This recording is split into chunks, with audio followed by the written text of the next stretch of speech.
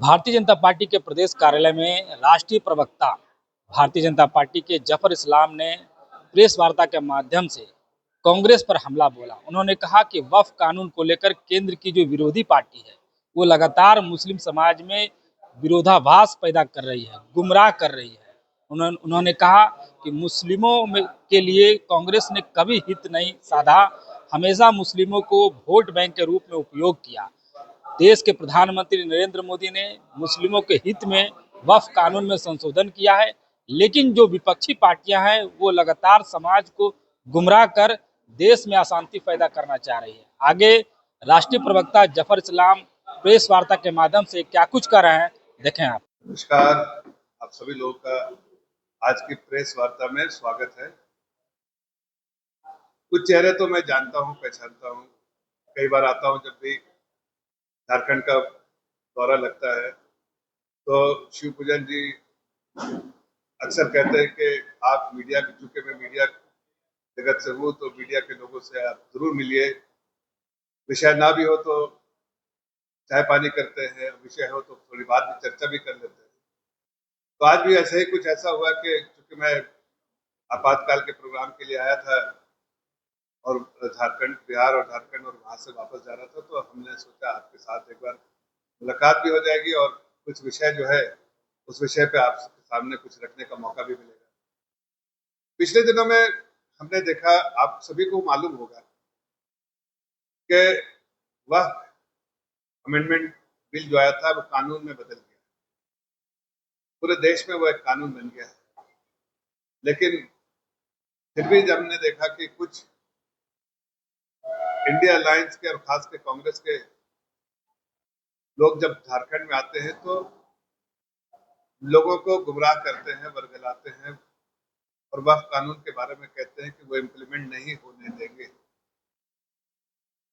तो मुझे लगता है कि मैं इस बारे में थोड़ी आपको जानकारी दे दूं कि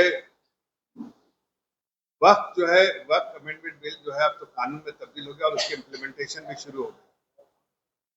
जो लोग ऐसा कहते हैं और लोगों को गुमराह करते हैं और खास के जो अपोजिशन में बैठे हैं लोग, वो जो इस तरह की बातें करके जाते हैं वो सरासर गलत है और हकीकत से परे है। मैं समझता हूं कि उनके कांग्रेस पार्टी के एमपी ने इस बात का गुहार किया यहाँ पर कि हम नहीं होने देंगे। वो अच्छा मुशायरा उशायरा कर लेते हैं।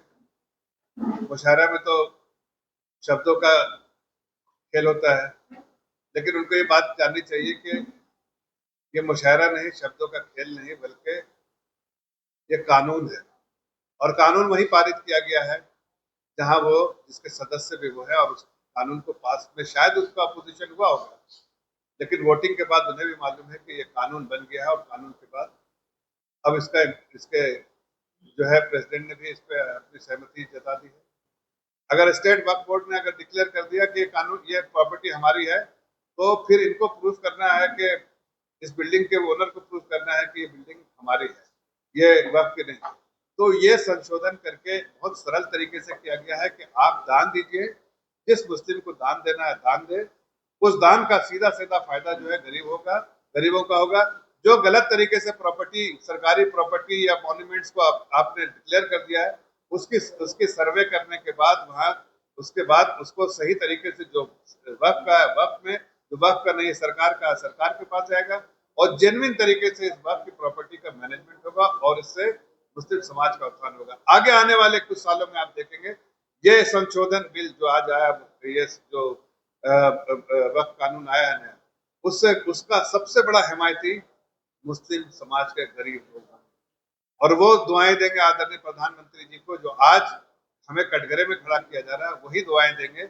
और हमें वोट बैंक के लिए नहीं किया है, हम फिर से कह रहे हैं, हम वोट बैंक के लिए नहीं करते हैं। हमने मुस्लिम बहनों के लिए, जब हमने 3 तलाक का कानून दिया, कभी वोट बैंक के लिए नहीं, लेकिन आज मुस्लिम बहनें हमें वोट देती हैं और उसी तरह गरीब तबका का मुसलमान भी हमें अपने आप ही वोट देगा। इसलिए नहीं देगा कि हमने उनको वोट मांगा है, हम इसलिए देगा कि हम समाज में बिना भेदभाव के जिनको जो जरूरत है उसके लिए काम करते हैं। इसलिए मैं आपके माध्यम से कहना चाहता हूं कि अगर कोई ऐसा क्वेश्चन उठाए, कभी भी वक्फ कानून के बारे में नेगेटिव बात करे, तो आप उनसे पूछिएगा कि जरा आप इतिहास को खंगालिए। 60 साल की आपकी सरकार रही है, तो आपने मुस्लिम समाज का स्थान कैसे किया है वक्फ की प्रॉपर्टी से? आज से तो प्रॉपर्टी नहीं है, ये तो सालों साल से आपके पास वक्फ के एसेट्स है। इससे आपने क्या आमदनी की और कैसे आपने मुस्लिम समाज का उत्थान किया? क्या आपने कम्युनिटी के लिए किया? क्या आपने सोसाइटी के लिए किया? ये सवाल जब करेंगे तो उनके पास कोई जवाब नहीं है, इसलिए कि उन्होंने कुछ भी नहीं किया। तो बस क्योंकि मैं पिछले दिनों में पढ़ रहा था कि यहाँ पर कुछ अपोजिशन में जो बैठे हैं दिल्ली में, यहाँ पर आके लोगों को वर्गलाने का काम कर रहे थे। इससे मैंने सोचा एक मौका अच्छा है कि आपके साथ रूबरू होकर इस चीज की जानकारी दें और आपके माध्यम से प्रदेश की मुस्लिम जनता को, खासकर मुस्लिम जनता और खासकर गरीब तबका जो है मुस्लिम का, उनको ये पैगाम आपके माध्यम से पहुंचाऊं कि आपके ही उत्थान के लिए किया गया है। अगर वक्फ की प्रॉपर्टी को हम नहीं टच करते, हम सरकार हमारी आंख बंद कर लेती, हमें कुछ नुकसान नहीं, सरकार को कोई फर्क नहीं पड़ता, कुछ भी नहीं। लेकिन किसको फर्क पड़ रहा था? आदरणीय प्रधानमंत्री जी ने देखा ये फर्क तो गरीब मुसलमान को पड़ रहा है, जिसका हक कोई और मार रहा है, गबन हो रहा है। एक लाख करोड़ की प्रॉपर्टी जो है एकदम कम से कम देर में लीज पे दे दिया गया है। तो उन सब चीजों की अब जब ये काउंसिल बनेगा, उसमें सारे लोग रहेंगे, उसमें ये बात चर्चा होके जाएगी और हर चीज चर्चा होगी, तो उसमें जो करप्शन है वो खत्म होगा और उसका फायदा, डायरेक्ट फायदा मुस्लिम समाज का उत्थान होगा। नई यूनिवर्सिटी बनेगी, नए मेडिकल कॉलेज बनेंगे, नए स्कॉलरशिप होंगे और सब इसी वक्त प्रॉपर्टी से होगा। तो आज तक किसी के प्राइवेट लोगों के पॉकेट में जा रहा था, अब ये गरीब लोगों के पॉकेट में जाएगा। यही आदेश था, यही उद्देश्य है हमारे वक्फ बिल का, जो लोग तोड़ मरोड़ के मुस्लिम समाज को गुमराह करने के लिए कोशिश कर रहे थे। तो मैंने सोचा आपके सामने इस चीज आपके माध्यम से लोगों तक